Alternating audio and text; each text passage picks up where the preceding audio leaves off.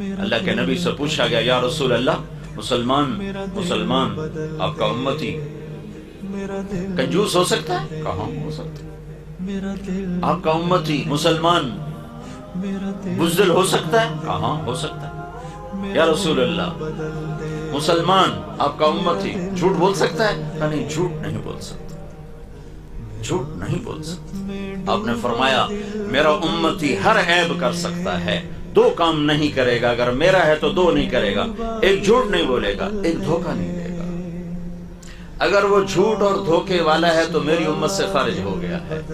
نماز چھوڑنے سے نہیں کہا میری امت سے خارج ہو گیا، روزہ چھوڑنے پر نہیں کہا میری امت سے خارج ہو گیا، زکوٰۃ چھوڑنے پر نہیں فرمایا میری امت سے خارج ہو گیا، شراب پینے پر نہیں فرمایا میری امت سے خارج ہو گیا، زنا کرنے پر نہیں فرمایا میری امت سے خارج ہو گیا، حج چھوڑنے پر نہیں فرمایا میری امت سے خارج ہو گیا، جھوٹ اور دھوکے پر فرمایا میری امت سے خارج ہو گیا۔ من غش فلیس منا، جس نے کسی کو دھوکہ دیا میری امت میں سے نہیں، جھوٹ بولنے والا، دھوکہ دینے والا وہ میری امت سے نکل گیا ہے۔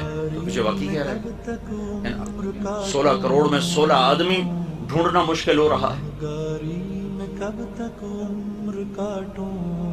جس معاشرے میں ظلم چلتا ہے، جس معاشرے میں جھوٹ چلتا ہے، جس معاشرے میں خیانت چلتی ہے، دھوکہ، فراڈ، فریب چلتا ہے، اس معاشرے کے لیے ذلیل ہونا طے کر دیا جاتا ہے۔ جب قوموں میں ظلم آ جاتا ہے، خیانت آ جاتی ہے، جھوٹ آ جاتا ہے، ریڑھی والے کو کون جھوٹ بلوا رہا ہے؟ کس کی سازش سے یہ جھوٹ بول رہا ہے؟ کس کی سازش سے نوجوان ماں باپ کی نافرمانی کر رہا ہے؟ کس نے سازش کی ہے کہ ماں کی ذرا سی ڈانٹ پر بیٹا اچھل کے وہ جاتا ہے؟ کس نے یہ سازش کی ہے باپ کی تھوڑی سی آنکھیں دکھانے پر بیٹا گریبان پکڑنے کو آ جاتا ہے؟ میں نے اپنے کانوں سے سنا ایک بچی ماں کو کہہ رہی تھی بھوک نہیں، بھوک نہیں، اور اس کی ماں کے بڑے بڑے آنسو ایسے گر رہے تھے۔ یہ کس کی سازش ہے؟ سچائی نکل گئی، جھوٹ نے ڈیرے ڈال لیے، انصاف نکل گیا، ظلم کی گھٹائیں چھا گئیں، دیانت رخصت ہو گئی، بددیانتی تجارت بن گئی، فراڈ تجارت بن گئی، دھوکہ تجارت کے نام پر دھوکہ۔ یہ کس کی سازش سے ہوا ہے؟ میرے اپنے کردار کی خوشی سے ہوا ہے، میرے اپنے پاؤں پہ کلہاڑی مارنے سے ہوا ہے۔ پھر اور بہت سے اسباب ساتھ جمع ہو جاتے ہیں، لیکن کسی قوم کی ہلاکت کے 3 بڑے سبب ہیں، ایک ظلم، جھوٹ، خیانت۔ ان پر جنید بغدادی بٹھا دو صدر پاکستان، اور شیخ عبدالقادر جیلانی بٹھا دو وزیر اعظم، نہیں نکال سکتے زوال سے۔ زوال سے اسی وقت نکلیں گے جب توبہ کریں گے۔ تو سب سے پہلے شہید جو ہوئے مسلم بن اوسج، حضرت حسین کے لشکر میں جو سب سے پہلے شہید ہوئے مسلم بن اوسج، کرتے کرتے کرتے ظہر کی نماز کا وقت داخل ہو گیا۔ وقت داخل ہو، آپ نے سورج کو دیکھا تو آپ نے فرمایا ان سے کہو تھوڑی دیر جنگ بند کرو، مجھے نماز پڑھنے دو۔ تو شمر نے کہا نہیں پڑھنے دیں گے، اس میں قتل، تمہاری نماز ہوتی ہی نہیں۔ تو حبیب بن مظاہر نے کہا لعنت ہو تم پر، نماز رسول کی نہیں ہوتی اور تمہاری ہوتی ہے۔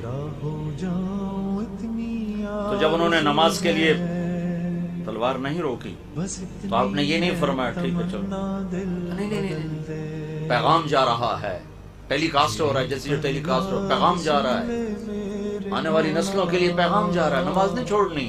زیر خنجر میں یہ پیغام سنایا ہم نے، یہ پیغام دینا فاسٹ والوں کو جو کلاس کے پیچھے نماز چھوڑ دیتے ہیں، جو کیفیٹیریا پہ بیٹھے بیٹھے نماز چھوڑ دیتے ہیں، سوتے سوتے نماز چھوڑ رہے ہیں۔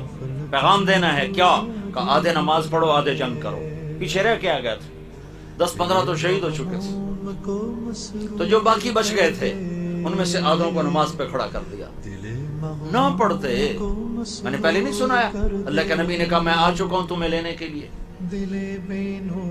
اسی کے لیے تو نماز پڑھی جا رہی ہے۔ کہ نہیں، صرف جنت کے لیے نہیں نماز پڑھی جاتی، اللہ کی خوشنودی کے لیے سجدہ کیا جاتا ہے۔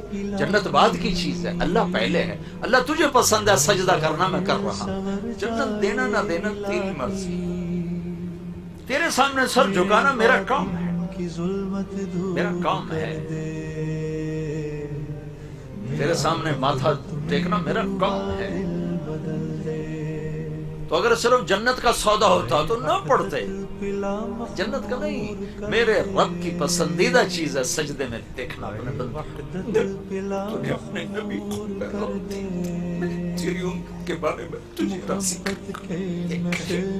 ہم بھی تو امتی ہیں نا یار، اور تو سارے ٹائٹل چھین چکے ہیں. تقویٰ بھی چلا گیا، زہد بھی چلا گیا، علم بھی چلا گیا، نیکی بھی چلی گئی، سخاوت بھی چلی گئی. ہر گندگی دامن میں لے کر ہیں بیٹھے ہوئے. لیکن یا اللہ امتی تو ضرور ہے نا، امتی تو ضرور ہے. بلکہ یا اللہ ہمیں تو ایک اور فضیلت بھی ہمارے نبی نے عطا فرمائی. آپ میرے مولا جنت البقیع سے واپس آ رہے تھے، آپ نے فرمایا میں اپنے بھائیوں کو دیکھنا چاہتا ہوں. صحابہ نے عرض کی ہم آپ کے بھائی ہیں. آپ نے فرمایا نہیں، تم میرے ساتھی ہو، میرے بھائی ہو جو مجھے دیکھیں گے نہیں پر مجھ پر ایمان لائیں گے. میرا کلمہ پڑھ اے کریم آقا، اے مالک، میں اپنے بھائی کو جلتا نہیں دیکھ سکتا. آپ کا نبی تو بڑی شان والا ہے، انہوں نے ہمیں اپنا بھائی کہا ہے. وہ یقیناً ہمیں جلتا دیکھ کے بڑے رنجیدہ ہوں گے. اے مہربان اللہ، ان کے دل کو غم سے بچانے کے لیے رحم کر دے. یہ رات کب ختم ہوگی جو 300 سال لمبی ہوگی؟ کب اس امت کب ہم امن والی زندگی دیکھیں گے؟ کب ہم امن والی زندگی دیکھیں گے؟ کب ہم محبتوں والی زندگی دیکھیں گے؟ اے کریم آقا، ہم تو کندے فقیر ہیں. کوئی جبھی میں عمل ہوتا تجھے واسطہ دیتے، ہمارے پاس کچھ نہیں. ہم تجھے تیرے نبی کے آنسوؤں کا واسطہ دیتے ہیں. ہمارے ہاتھ پہ کرم فرما دے، رحم فرما دے، ہم سے راضی ہو جا. ربنا آتنا فی الدنیا حسنہ وفی الآخرۃ حسنۃ وقنا عذاب النار. وصلی اللہ تعالی علی النبی الکریم. آمین برحمتک.